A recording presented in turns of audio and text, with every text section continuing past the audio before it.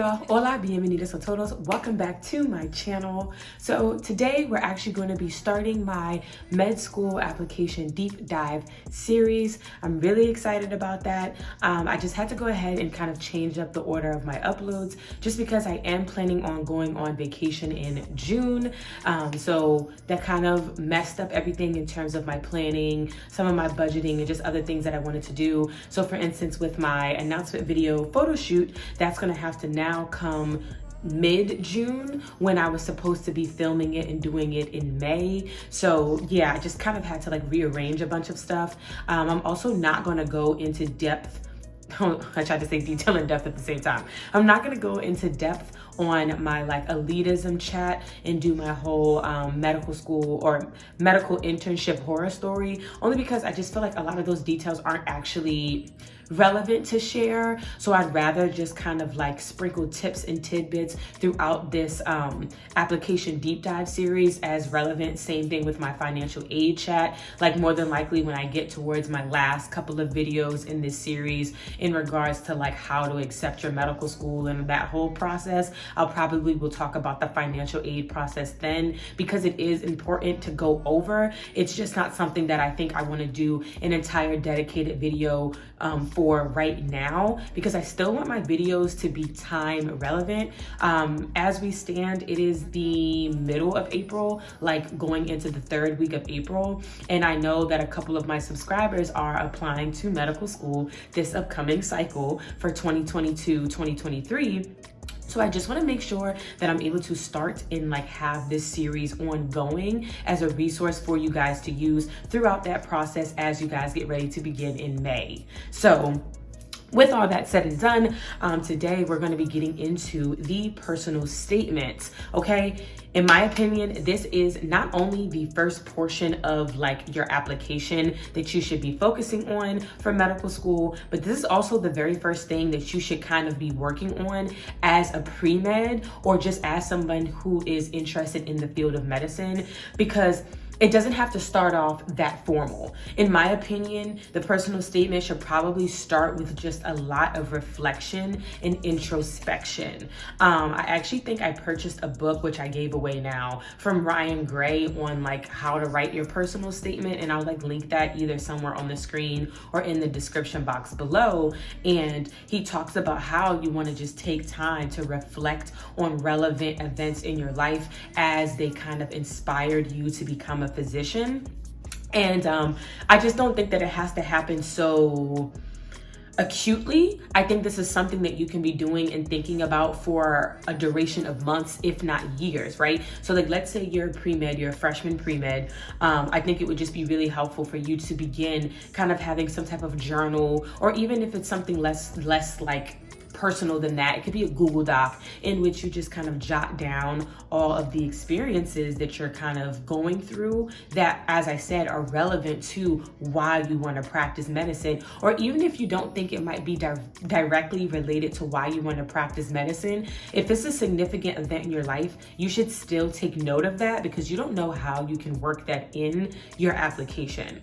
So again, if you're watching this, or if you're, just in the middle of your process, a couple years away from now, or like, even several months from the time you're about to apply to medical school, I would just say kind of just start to take that intake or that, as I said, self-reflection into account now. And then for those of you guys who are trying to like craft up a personal statement right at this moment as May is rolling around for 2022, 2023, just take a day or two to just sit down and kind of like word vomit.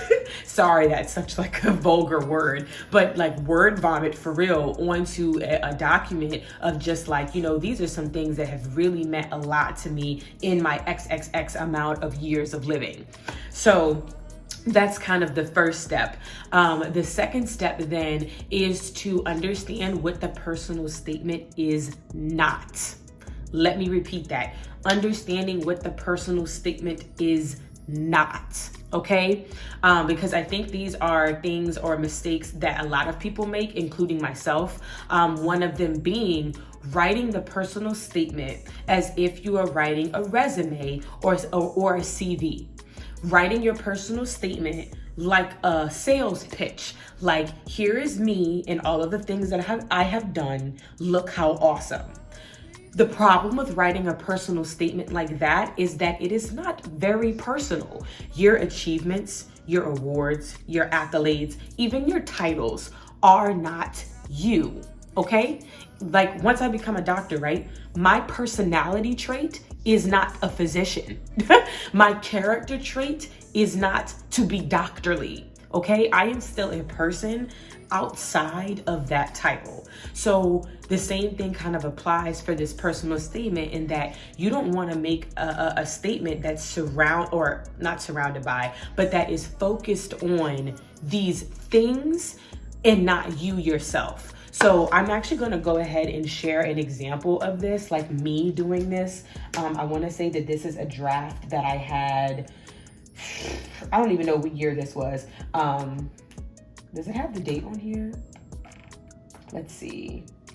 Yes, it does. This is something that I wrote back in 2020, okay? And I'm gonna try to put this up on the screen if possible, so you guys can like follow along as I read, if I can make that work. Otherwise, I'm very open to making a Google Drive, like a shareable Google Drive, in which you guys would have access to if you just request permission from me through my YouTube email, which is in my About section on my channel.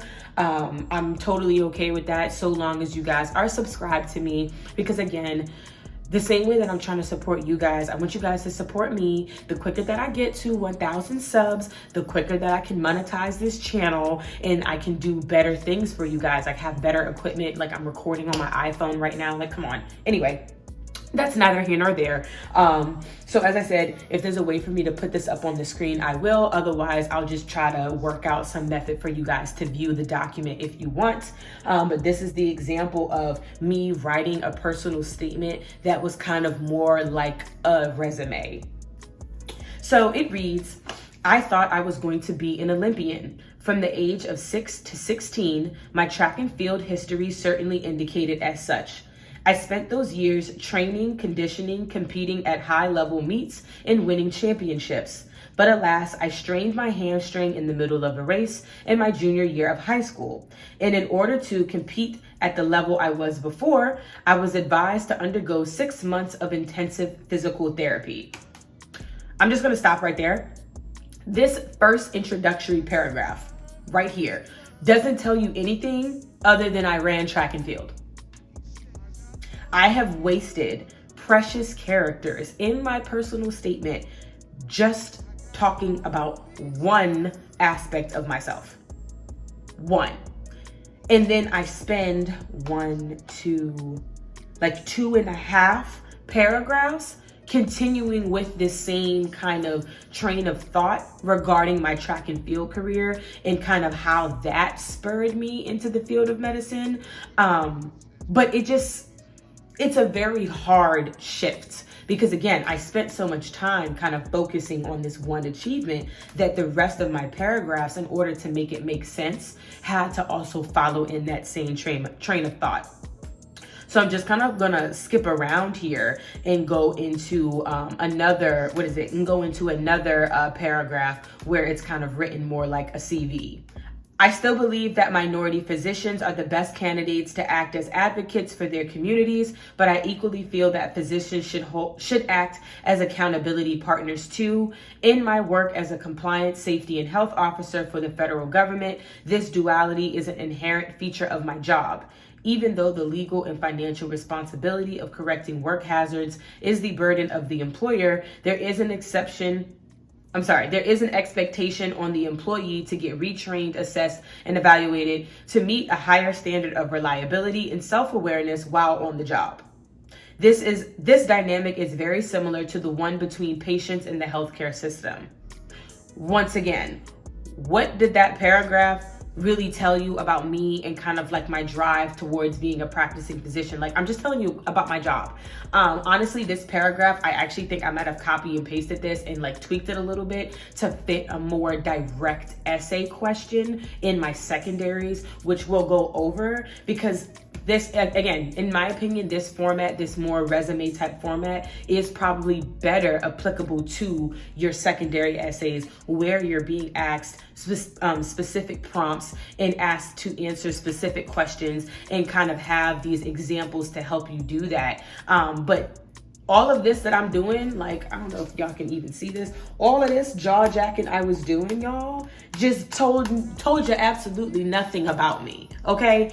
If you read it, like I said, I'm gonna try to go ahead and put it on the screen, or I'm gonna go ahead and try to, make that share a drive. You're gonna read this thing and be like, girl, what was you even saying? And like, don't feel bad, because again, I think it's quite natural to kind of start off your personal statement with this type of format, or the second format, which is the presidential campaign personal statement. And what I mean by the presidential campaign is that you write, or you're trying to write the essay as a as a change, as like a platform, right? A platform for reform. You're writing about some issue in healthcare or in the medical field that you see that you would like to address and change as a physician, which in itself doesn't sound like a bad thing. But because we're not there yet, because we're not doctors yet, we're not even in medical school, it's kind of ridiculous to think that you would be able to launch a speech about all of these things that you're planning on doing or that you would like to do when you have absolutely no experience doing so. Like, you don't know the ins and outs of why these things aren't happening. You don't understand what things you could do to make them happen because you're not there yet. So it's kind of like speaking hot, empty air, which is why I'm calling it the presidential campaign or the presidential platform type of essay, which once again, I am going to share. So let's see. Here's a perfect example right here. As late as 2017, only 30.6% of African Americans reporting any type of mental illness received treatment for it. I won't say that there's something necessarily wrong about including data and figures and statistics into your essays. I more so think of, why do you need them? You know what I mean? Like I said, if this is supposed to be a personal statement, you're not data in numbers. You're not a statistic. You know what I'm saying? You may have traits that get characterized, right? Like as a Black woman, right? I'm some type of racial statistic, gender statistic, but that is not all that I am. That is not who I am. That is not how I portray myself. And those are not the things that I embody. So it's kind of like, once again, why include that into your personal statement? What's the goal of that? And I'm trying to find like some other examples of me doing this. Let's see. So I see, this is the ending paragraph. So I see my desire to practice medicine as an addendum to why institutions seek to diversify their campuses. Because I understand that doors of invitation are meaningless when the path to get there is blocked. I see that physicians of various cultural, ethnic, and racial groups are more than just representative faces in the field, and instead are the very driving force needed to break down obstacles of internal control from the inside of their communities. I seek to become a physician that is the example, support, and trusted source for individuals like myself who only needed a helping hand to overcome those barricades. Once again, what was I talking about? Not that what I wrote was bad per se, but it was very much flowers. It was very flowery, it was very decorated, and it really just didn't say much. Again, I'm not reading the whole personal statement just for the sake of time, and I'm only going to be reading in full my final one, but it just is to kind of give you that sense of like, once again, as somebody who's not in the field yet, it's very difficult to talk like I know what I'm doing when I don't. And then you also have to remember that people reading these essays are in the medical field. They're either physicians themselves or they're some type of like healthcare professional. So think about how laughable it is to read a document about your job by somebody who has never done it before. Even though criticism and feedback is important to any profession, it's just like, it could be like right message, wrong messenger type of energy. And you just don't want that. You don't want somebody picking up your personal statement and thinking like, what the heck does this person know? How dare they? So that is why I advise against this type of personal statement format. Now, then you might be asking, okay, Jonna, you keep telling us what we're not supposed to be doing. So what the heck did you do? How did you get yours to be shaped up to be good enough to submit? I would say that after you take the time to do your reflection and you think about, and you think about all of your experiences that are meaningful enough for you to remember and jot down, the next step is to then ask your friends and family for their feedback on who you are. Because I find that we don't always see ourselves in the fullest range that we are. We kind of limit ourselves or view ourselves in such a particular way that it kind of blocks out all of the other traits and aspects that other people can see. So I think it's important to go and open yourself back up. It's important to ask your friends and family, what do you really like about me? What is, if you had to describe me in 3 words, what would they be and why? Just to kind of hear that and then see if you can apply it to any of the experiences that you started to take note of. So let's say somebody tells you something that they value about you is your honesty. They feel as though they could come to you about anything and you're always going to keep it 100 with them. So then perhaps in your experiences, you would take a look at all of the roles in which you had a leadership and advocate type of position to play. So that way you could tie in the two. Here is my honesty that somebody has rated as a very high and respectable trait that I have. And then here's an experience in which I demonstrate said trait to combine the two to kind of help you start forming some more tangible like essays, or not essays, some more tangible paragraphs to put into your personal statement. So friends and family, first great starting point. Then after that, you do want to find somebody that's within the healthcare field to help you filter out what you should and should not say, what is and what is not offensive, what is and is not, proper workplace jargon, all that good stuff. So like I said, it would help you avoid that phenomenon or that scenario in which a medical professional is reading your statement and laughing at you because you've already filtered it through somebody who is in a similar position. And I understand that this can be really difficult, especially if you don't necessarily have connections and ties to the field like I didn't. And the only thing that I can say is you have to be loud and be bold because closed mouths don't get fed. You have to be willing to email. You have to be willing to send a DM. You have to be willing to ask a friend of a friend. You have to reach out and make those connections in order for you to have that good filtering piece for your essay.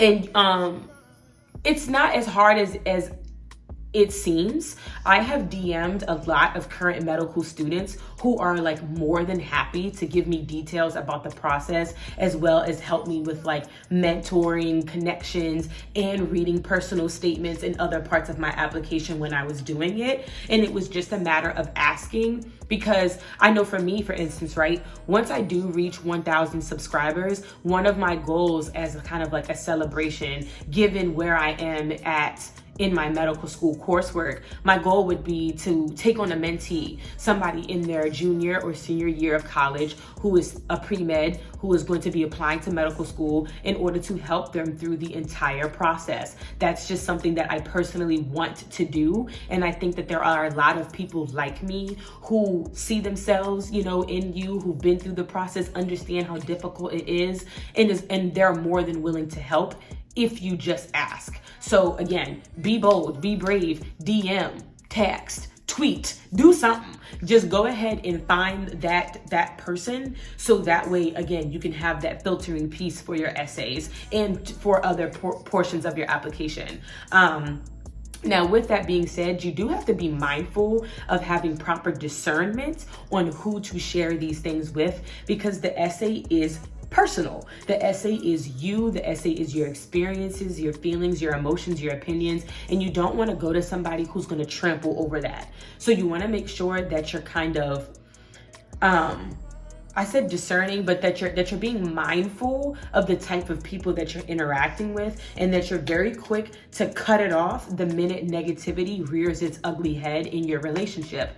I think I shared with you guys before in my application overview video how this person pretty much like read my essay and then like was talking with me and told me that she doesn't recommend that I apply to medical school because like I just simply wouldn't get in. Like straight up told me people like you, I advise them not to apply and to take a gap year and to do this, that, and the third. Like just kind of had a lot of negative, pessimistic things to say to me simply because I wasn't wording myself well in my personal statement. Because obviously I got in, right? Like I applied and I got in. So it's like, it wasn't that I lacked the ability. It wasn't that I wasn't good enough. I simply needed better direction, and her feedback was not going to help me get there. So you, again, just being very mindful about who you open yourself up to, because had I been in a more vulnerable state, I may have listened to her and not applied. So just be cognizant of your own emotions and your own like durability and your I guess,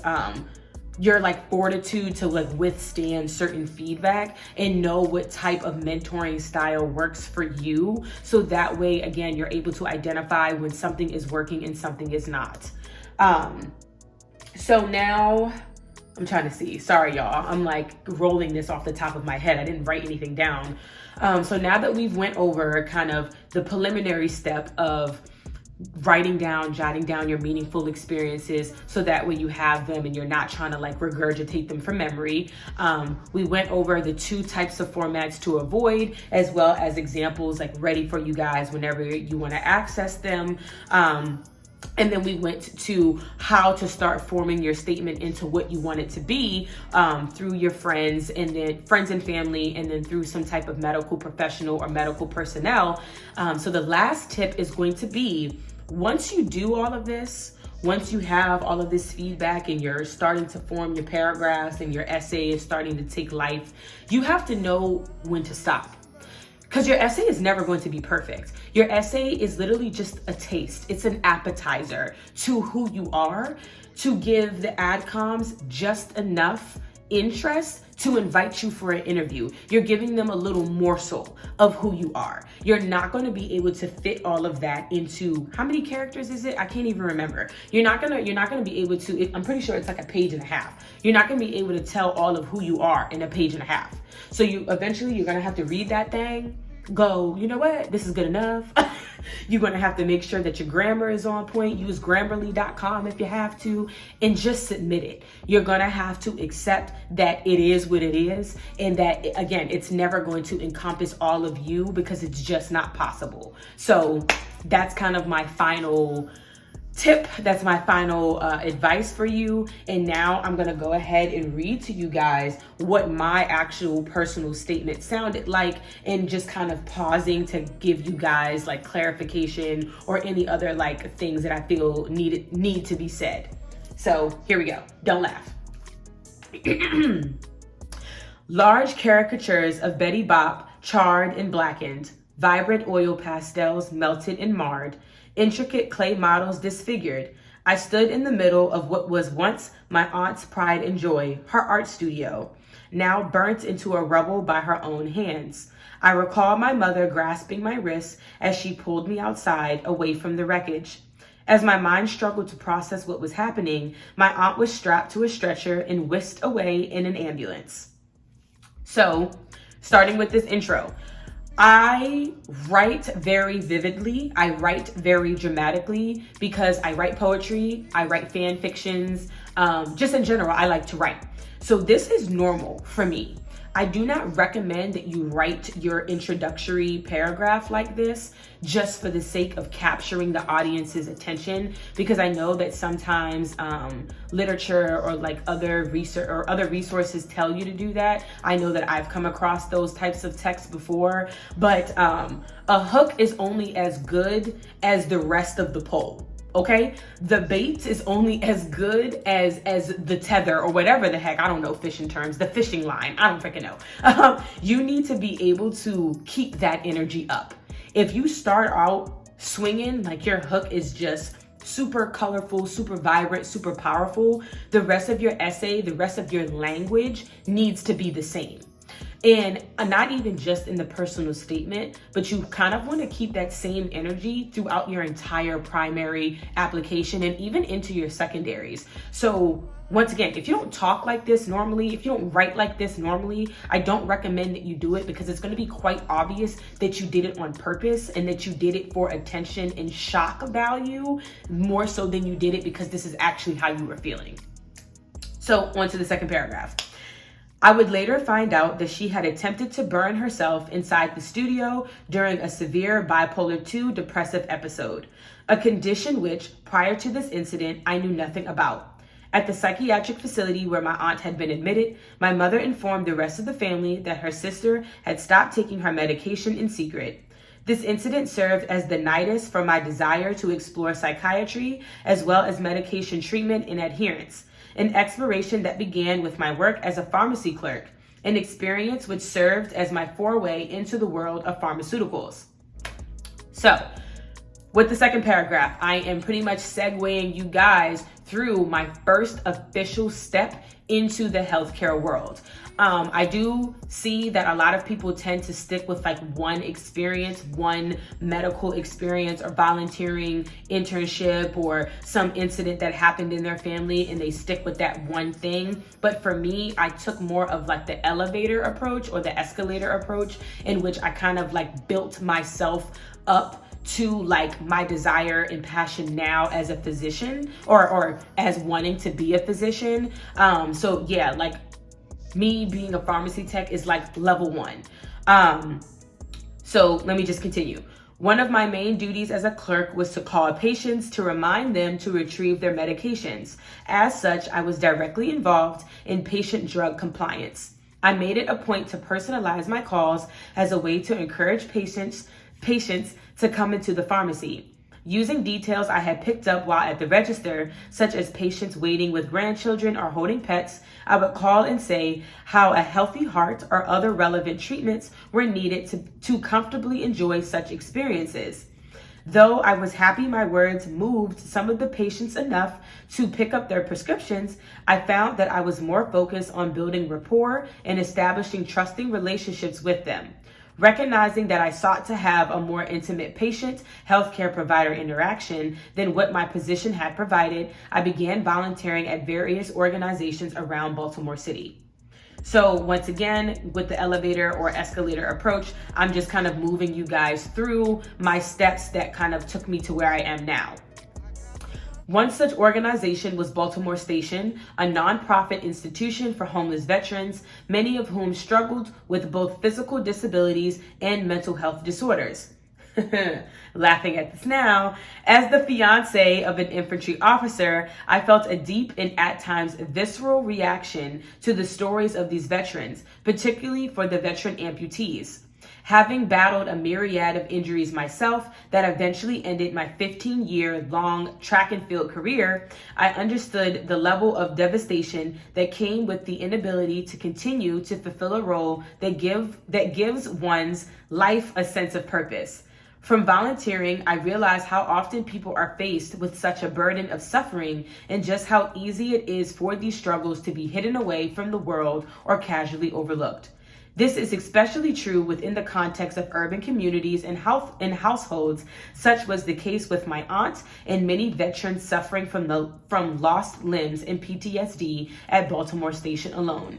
This inspired me to want to advocate for these populations and employ what I had learned to improve patient care for others. So, as y'all can see with this paragraph now, I'm pretty much tying in everything that I've talked about thus far. So I also, pause, I'm sorry, let me back up.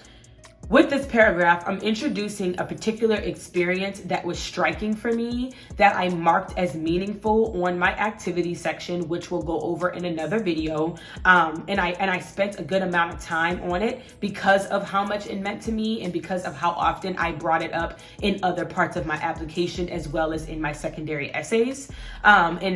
And as I was going to mention, it pretty much tied together all of the other experiences that I had mentioned prior to. So my desire to interact on a more personal level, I'm getting that here with this experience. I'm informing you guys about like me as a person running track and field, being able to relate to my patients. So that ability to be compassionate and empathetic, which are traits that are important to have as a physician. I'm incorporating those into this paragraph, and I'm pretty much like really giving you like the meat and potatoes almost of me just through this experience alone. So let me continue. Initially, my primary goal in becoming a physician was to assist patients in improving their conditions in order to maintain their quality of life, to allow them to pursue their passions and enjoy the things that give them purpose. However, while working in palliative and hospice care, I have gained an even more nuanced perspective. In hospice, I sometimes interacted with patients who were unable to get out of the bed. These patients and others had reached a point where actively fighting against their ailments to reverse their conditions was no longer the best option. Despite these many somber moments, my patients often surprised me in their ability to achieve a desired quality of life. I was also fortunate to learn from the members of their interprofessional care teams and how they work to maximize this quality for their patients. My goal as a physician is to join in that effort and work to continuously expand the boundaries of care.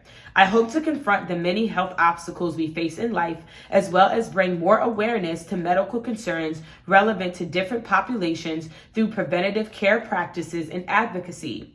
Per these efforts, I hope people like my aunt will have more time painting canvases, soldiers form long-lasting memories in uniform, and that families spend more time amongst each other. So that is the end of my submitted and final draft of my personal statement, which once again, I will put up on the screen or share with you guys in some sort of document. And I hope that you guys kind of saw how throughout my statement, as I said, because I was using the elevator approach, you got a sense of who I was, how I reflected on who I was, like some of the things that I noted, some of the things that I was trying to work hard to change, or some things or passions or interests that I tried to pursue later on in life. And then kind of how I used all of those things to become the person that I am now. And bringing up experiences that were relevant to highlight those changes and those shifts. In my opinion, this elevator, or I guess you could call it the chronological approach, is the most effective. And it was also the easiest because it's like, it's true to real life, right? Like we all develop, we all change over time. Who you were in your sophomore year of high school is not who you are in your sophomore year of college. So I think writing it in the way that you grow and develop naturally and in the real world just makes everything flow so much better. So yeah, throughout those reflections and throughout those experiences that you jot down, as you're getting feedback from friends, family, mentors, medical personnel, you're just trying to line them up in such a way that, again, makes sense from start to finish. If you choose to focus on one experience, I don't necessarily know how that would work other than to show a change in mindset. So to show how you were thinking at one point to how you're thinking now, which is also something that I put into my, personal statement as I read to you guys. I think it was within that like last two paragraphs, how I said I shifted from being a physician that wanted to improve conditions to then, becoming a physician that focuses more on like advocacy, preventative care, and like all that other stuff that I mentioned. So showing a shift in mindset could probably work if you're sticking with one singular experience. But if you would like to incorporate multiple meaningful ones, I think that this chronological approach is just the easiest.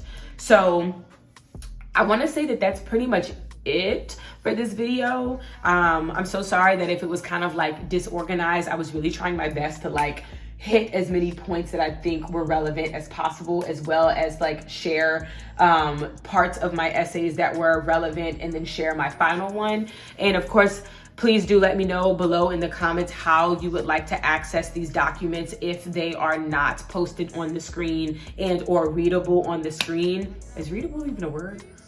Eligible, whatever, on the screen. I'm kind of tired, y'all. I'm like recording this at like 2 a.m. But yeah, I really hope that this video just is going to serve as a good resource for you guys to use and kind of check back in with as you guys are going through your own application processes. And then I think that the next installment for this deep dive series is going to be the activity section, just because I think that I spent the most I spent the most time in a short period, right? Because I was writing my personal statement over like the course of some years and then over the course of like months and weeks. But actual sitting at a table time, the activity section took me the longest, just because of how many activities you're allowed to enter. And I'm pretty sure I used up like the maximum. I think it's like 12 or something. So for that video, that one's going to be a bit longer, just because I am going to go through each one, since like there's so many things that you go through in life, but there's, as I said, there's only like 12 or so spaces on your primary application. So I do kind of want to show you guys like each one, just to tell you like why this one made it onto the application versus others and how I talked about them, as well as spending like a significant amount of time going over the meaningful experiences with you. So like those key events, those key memories that I more than likely incorporated into my personal statement as well. So that's going to be the next video. And yeah, that's pretty much it. I hope that this was helpful. As I said, please comment down below with any questions or comments or concerns that you may have. Don't forget to like and share this video as well, and subscribe if you haven't already, and hit that notification bell down below so that way you're alerted to whenever I post. Thank you so much. Adios.